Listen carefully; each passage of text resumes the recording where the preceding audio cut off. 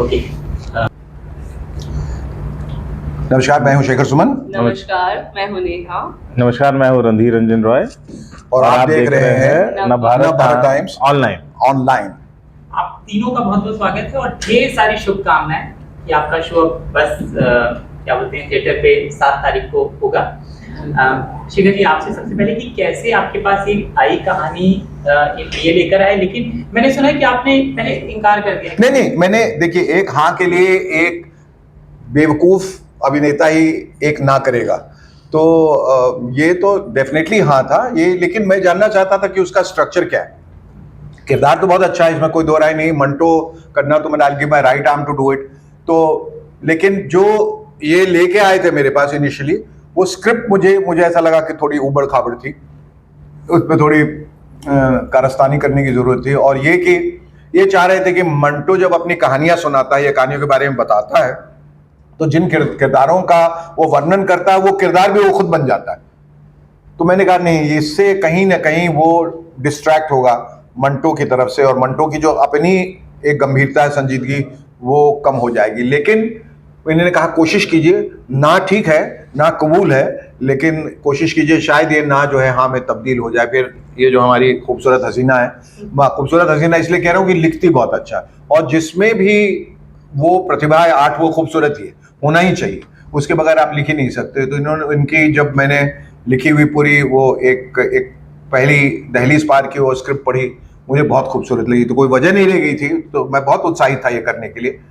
और मुझे याद है कि पहला शो मैंने किया, दूसरा शो किया, और तीसरे शो मेरी तबीयत बड़ी ख़राब हो गई थी अचानक, और बहुत गंभीर एक समस्या उभर के आ गई थी, लेकिन बावजूद उसके वो शो मैंने किया, और वो ईश्वर की इच्छा थी, वो बड़ा कामयाब हुआ। और तब से हमने बहुत सारे शोज कर लिए हैं शहर शहर जाके, और मंटो के साथ एक जो कनेक्ट बैठा है ऑडियंस के साथ, जो लोग जानते हैं मंटो को, उन्हें बड़ी खुशी हुई, जो नहीं जानते वो जान गए, जो थोड़ा बहुत जानते थे वो बहुत कुछ जान गए।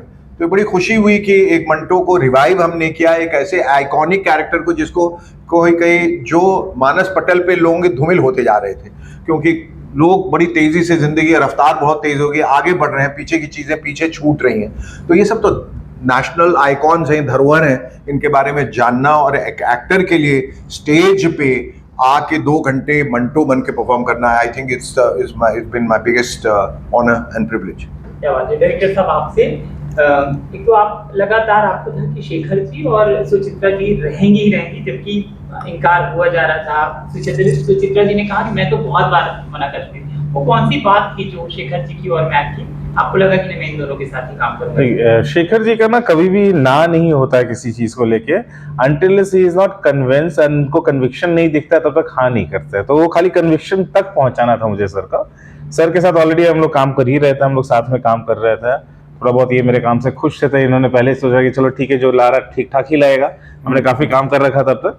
बट ये है कि थोड़ा कन्विक्शन चाहिए था वो उस स्क्रिप्ट में, जो नेहा ने कब बताओ भी। मुझे एक बात की बड़ी खुशी है कि ये बड़े स्टैटिक प्लेस चुन के लाता है, या जो भी इसके आइडियाज हैं, वो एक जो बाजारू और कमर्शियल प्ले जो अगड़म बगड़म चलते रहते हैं, अंट शंट प्ले के नाम पे धब्बा, वो ये नहीं, वो तो खैर मैं करूंगा भी नहीं दूर दूर, लेकिन इसकी अपनी एक साहित्यिक जो रुचि है, और वो इसका जो चॉइस ऑफ कैरेक्टर्स है, वो बहुत कमाल का, बहुत कम लोगों में रहता है। और इसलिए रणधीर को ना करना तो शायद गलत होगा, ना मैं कभी स्ट्रक्चर को कह सकता हूँ कि ये मुझे मंजूर नहीं है या इसको बेहतर कर लो, काम तो साथ करना ही है, क्योंकि 2 मिजाज जब मिल जाते हैं आपस में तो काम तो अच्छा ही होगा। अब उसको ये है कि अलाइन करना है, we have to be on the same page, तो वो अलाइनमेंट हो जाती है, आप बातचीत करते हैं डिस्कशन में, वो he is also open to change, I am also open to change, तो हम लोग एक दूसरे से बात करते करते एक अलाइनमेंट में पहुंच गए। नेहा, जब ऐसे दिग्गज कलाकारों के साथ आपको काम करना था, तो वो कौन से चैलेंजेस थे सुचित्रा जी के साथ भी और शेखर जी के साथ भी? क्या आपको सीखने का भी मौका मिला होगा? लेखन में भी बहुत कुछ शेखर जी ने खूब सिखाया भी होगा आपको, और जी बिल्कुल आपने सिखाया होगा। क्या आदान प्रदान था किसके साथ क्या? जाती सवाल नहीं। नहीं, सबसे पहले तो it was a big challenge, क्योंकि नाम ही ये मंटो पे है, तो वो खुद ही इतने बड़े राइटर हैं, और उस वक्त जब इन्होंने मुझसे लिखने को कहा भी, तो मैंने लिखना शुरू ही किया था, शुरुआती थी और उसमें मंटो के ऊपर लिखना, तो मैंने कहा शुरू में कि यार मैं कैसे लिख पाऊँगी, नहीं कर पाऊँगी, because I was familiar with his work. But जब मैंने उनके ऊपर रिसर्च किया और सारी उनकी कहानियाँ, सारा उनका काम पढ़ा, तो मुझे लगा इस पे कोई कैसे जस्टिस कर सकता है। तो फिर मैंने कहा कि मेरा फोकस था कि जो कहानी है उसमें ना पता ही ना चले कि मैंने क्या लिखा है और मंटो ने क्या लिखा है। That will be merged. हाँ, it should merge in a way and that will be my only achievement if I can even achieve it. But सबसे इम्पोर्टेंट चीज़ थी कि इसके जब मैंने मंटो को पढ़ा, जो मुझे फील हुआ कि वो किस तरीके के इंसान थे, उनकी सोच कैसी थी, वो जिस तरीके से सोचते थे, जो एक बहुत बड़ी रिस्पेक्ट उनके लिए आई मेरे लिए, तो वो इस प्ले के थ्रू रिफ्लेक्ट होना बहुत ज़रूरी था मेरे लिए। और आई थिंक हम लोगों ने वो अचीव किया है कि मंटो की कहानियों के पीछे के इंसान कौन है। और जब सर को, मतलब सर के साथ काम करना obviously it was a great opportunity, जो मुझे रणधीर ने ही दी है। इन्होंने ही मुझे पुश भी किया कि नहीं आप लिखो ये चीज़, बिकॉज मैंने उनको जो फर्स्ट मोनोलॉग भेजा था तो सर ने भी अप्रूव किया, इन्होंने भी अप्रूव किया, तो फिर जाके मुझे भी थोड़ा कॉन्फिडेंस आया। And when I wrote the play and when I started working on it, it was I think the best experience of my life. उसके बाद मैंने 1-2 फिल्म भी की हैं। पूछा कि बेहतर अच्छे लिखने की हिमाकत किसने बट तो जब पता चला कि मैंने कहा पेश किया जाए। तो ये जब आई तो मैंने आई आज के जनरेशन के लोग भी जो यूथ हैं उसमें उनको मंटो के बारे में कहाँ से पता चल गया, और इतने अच्छे से जो ये कह रही है, जो ब्लेंड है कि कहाँ मंटो शुरू होते हैं, कहाँ नेहा और कहाँ मंटो, वही खूबसूरती है ना उसकी। उसमें एक फिक्शनल कैरेक्टर भी ऐड किया, तो I was surprised, I was happy also कि लोगों की रुचि जो है, भले ही कम लोग हैं, लेकिन ये कहीं ना कहीं ये जागृति और जागरूकता फैल रही है और धीरे धीरे शनै शनै ये लोगों तक पहुंचेगी। और मुझे बहुत खुशी है कि जो लोग भी प्ले देख के जाते हैं वो बहुत खुश होके जाते हैं मंटो को जान के। ऑन द कॉन्ट्री उस समय ना आप सीरियल लिख रहे थे नया, जब मैं मिला था dialogues I was writing for a TV. हाँ I had just started. निकल के आके मंटो Because what happens, ये एक बहुत बड़ी बात, I want to thank Randhir for this, कि उन्होंने मुझे जिस तरीके से फ्रीडम दी है, क्योंकि इसके बाद मैंने 2 फिल्में भी की हैं, लेकिन मुझे सिर्फ लिमिटेशन ही फील हुई, कि as a writer how limited you are, because everything is in everybody else's hand. But इन्होंने मुझे जो फ्रीडम दी है रणधीर ने, और सर के साथ काम करके, तो it's every day is a learning, because even if मैं कुछ ग्रामेटिकल इंग्लिश में हो, चाहे सर की जो कमांड है हर लैंग्वेज में, तो he is a perfectionist. That is something, and he has that discipline of a theatre artist. Sir मुझे याद है 2 दिन में इनको सारी लाइन्स याद थी, फिर भी ये सुबह उठ के 5 बजे he would tell me that he would read the script every day again. And देखिए साहिब इल्मो हिकमत होने का दावा कोशिश जरूर करता हूँ। एक चीज मैं जरूर मतलब मैं कभी भूल नहीं सकती, एक इंसिडेंट है that I want to share.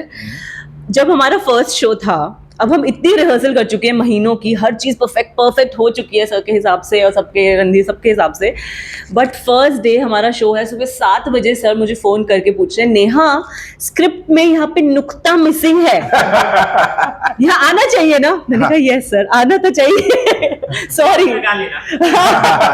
And with ma'am, obviously ma'am का लैंग्वेज प्रॉब्लम था, but the way she is Wazira for me, and Wazira is so close because I will tell you, as a writer, I experienced this for the first time in this play when I was writing. There are certain things that you don't do, it comes. Okay? And for me, that was the essence of Wazira, which became the essence of the play somewhere. Wazira से याद आया कि Navbharat times ही play कर रहा है आपके इस show में, है ना? उसके किरदार है वजीरा के थ्रू। हाँ नवभारत टाइम्स का जिक्र आता है जब ये इनसे पूछते हैं आप किस अखबार के लिखते हैं, कहते हैं नवभारत टाइम्स, नवभारत। सब आपको मेरी याद आई होगी। आप ही की याद आई, और उसके बाद तो सारी लाइन भूल जाता हूँ मैं। लेकिन ये बात आपको कैसे पता चली, आपने प्ले देखी है? मुझे इस मैम ने बताया। हाँ, तो सर चूंकि मौका चुनाव का चल रहा है, मैं जानता हूँ कि ये जो आपका शो है उसके 20 से ज्यादा प्ले हो चुके हैं, लेकिन अब चूंकि मैं इस समय इंटरव्यू लेने आया हूँ, माहौल बहुत गर्म है। एक तो मंटो पॉलिटिकल कनेक्शन होता है, शेखर सुमन पॉलिटिकल कनेक्शन होता है कहीं ना कहीं, और तो आप इस समय कुछ ऐसा सटायर हमेशा आप करते रहे पॉलिटिकल, कुछ कोई प्लानिंग? नहीं, बस मंटो काफी है इस वक्त मेरे ख्याल से, उनके जरिए बहुत सारे पॉलिटिकल स्टेटमेंट्स जो हैं वो लोगों तक पहुंच जाते हैं, और वो बहुत सटीक है और बहुत रेलेवेंट है। जो मंटो उस समय कहे गए वो आज भी, मतलब जो वो कहते हैं कि आपने मुड़ के कभी सोचा है कि पागल जो है वो पागल खाने के अंदर ही नहीं, पागल खाने के बाहर भी हैं, you know.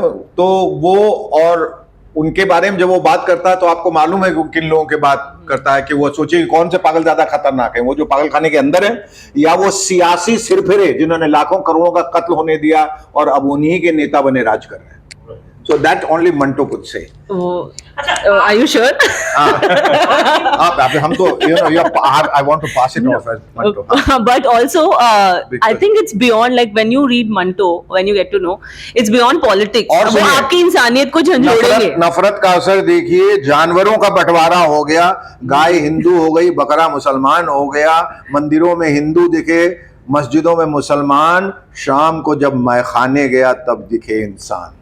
It's a political statement ना, जानवरों का बंटवारा भी कर दिया गया ना, किया गया, उसके तहत भी एक कंस्पिरेसी है। जो भी हो रहा है, जो करते हैं सियासी लोग, मैं दल की किसी की बात नहीं कर रहा, लेकिन सियासत में तो ये तो होता है कि सियासत की, ये सियासतदानों ने जो है या सियासी लोगों ने सरहद बांध दिए, सरहद बांध दिए, रस्में कस्में बांध दिए। मंटो की कलम नहीं बांध सकते।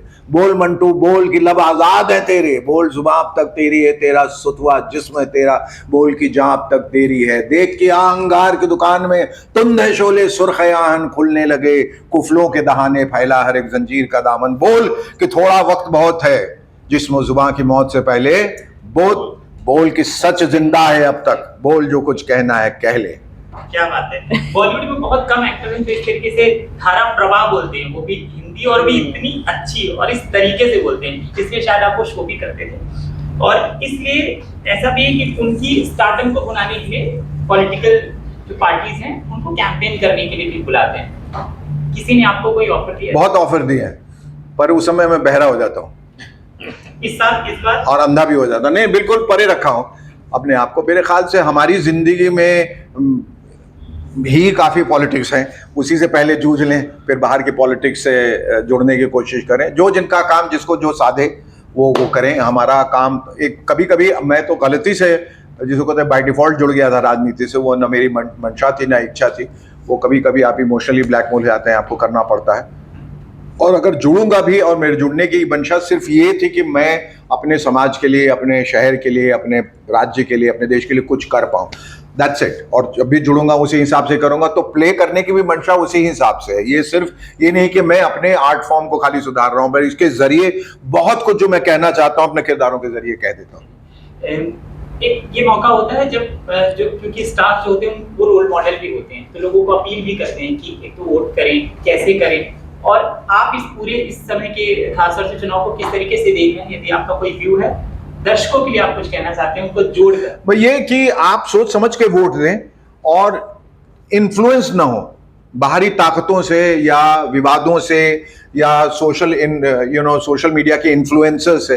अपनी एक सोच, वो बहुत जरूरी है कि आप किसे बेहतर समझते हैं, कौन आपकी बेहतरी के लिए सोच रहा है। वो कोई भी हो सकता है और किसी भी दल का हो सकता है, किसी भी पार्टी का हो सकता है। उस इंसान को वोट करें, पार्टी से ज्यादा आप उस इंसान को वोट करें जो आपके लिए सोचता है, जिसमें आपको वो ईमानदारी की झलक नजर आती है। बस इतना कहना है, और यही हमारी जिम्मेदारी है और इसके बारे में सोचना है। स्पेशली ऑल्सो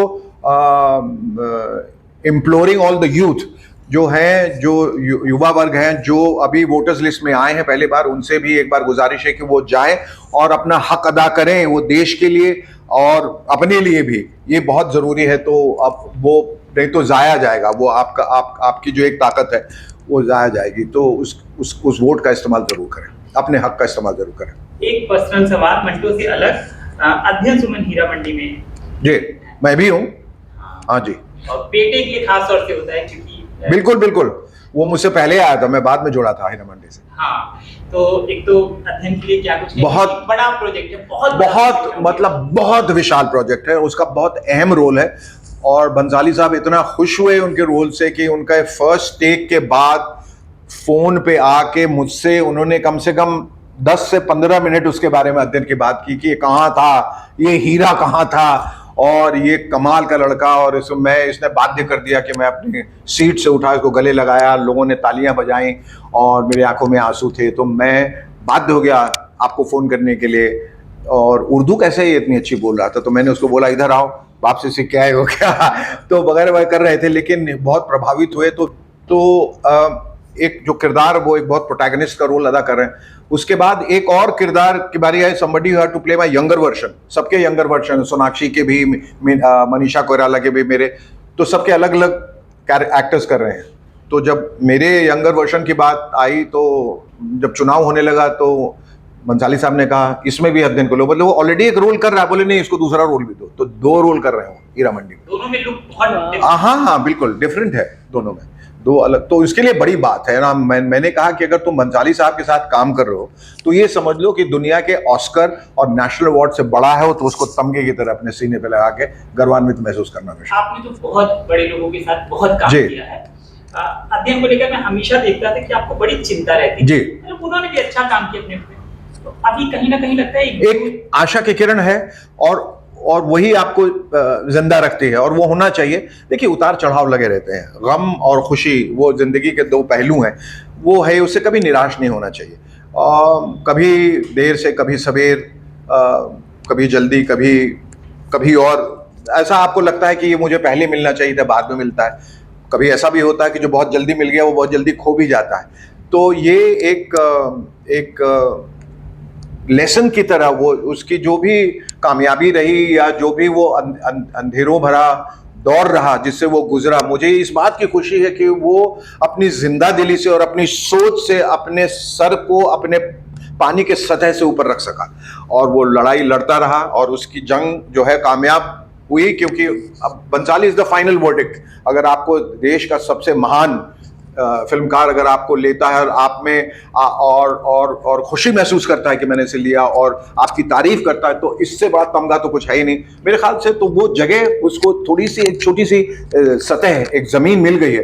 अब इस जमीन से उसकी किस्मत में क्या और उसकी मेहनत क्या रंग लाती है, तो आगे आने वाला वक्त बताएगा। लेकिन मुझे बहुत खुशी है कि वो सारी लड़ाइयाँ लड़ के यहाँ तक पहुँच पाए। ये खुशी छप्पड़ फाड़ के मिली, क्योंकि दोनों हैं आप दोनों। जी, वो बड़े, हाँ काम कर रहे हैं। जी।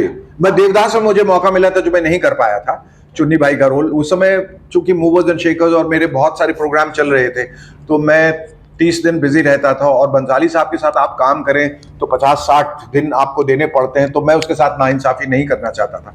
तो मैंने उनको कहा कि मैं नहीं कर पाऊंगा, नहीं करना चाहता, नहीं कर पाऊंगा, और ये अफसोस हमेशा मुझे खलेगा। लेकिन उसके बदले भगवान ने कुछ और दे दिया मुझे। क्या बात है, सूद समेत वापस किया। तो कुछ बता पाएंगे हीरा मंडी में? अभी तो मेरे होंठ सिले हुए, मैं बता नहीं सकता। लेकिन चूंकि हीरा मंडी आपको मालूम है कि तवाइफों की दुनिया के बारे में है, एक कोर्टिजन्स के बारे में है, और उनका रिश्ता जो नवाबों के साथ कैसा रहा, और क्या कुछ एक कंस्पिरेसी अंदर, एक साजिशें भी जो चलती रहती। तो एक थ्रिलर है, Heera Mandi is a thriller actually, और उसमें बहुत कुछ अंदरूनी चीज़ें जो पकती थी, तो उसके बारे में है। तो जो अहम नवाब जो है मेन, उसका किरदार मुझे दिया है, जो मनीषा कोइराला के साथ है।